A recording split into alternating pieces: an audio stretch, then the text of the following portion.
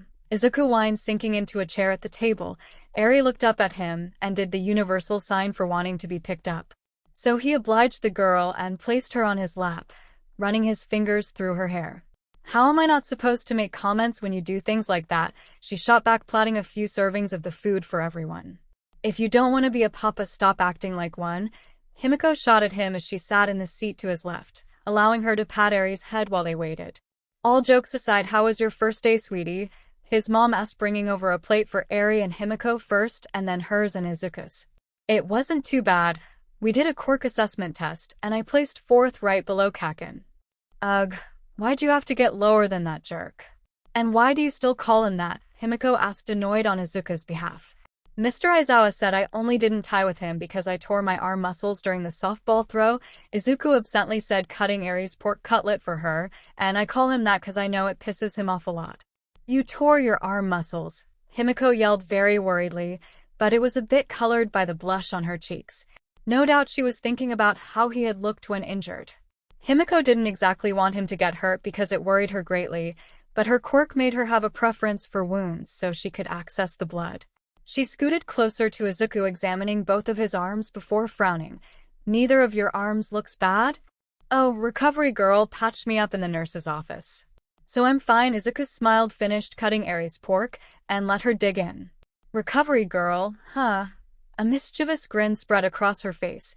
Did it excite you getting personal care from a hot nurse hero? Izuku shuddered, looking at 𝗵𝐵𝐼 very seriously. Recovery girl is like 70 years old, I'm good. 𝗵𝐵𝐼 laughed at the ridiculous face Izuku was making. Well, don't worry, Papa, I've got a spare nurse outfit laying around somewhere we can use. 𝗵𝐵𝐼.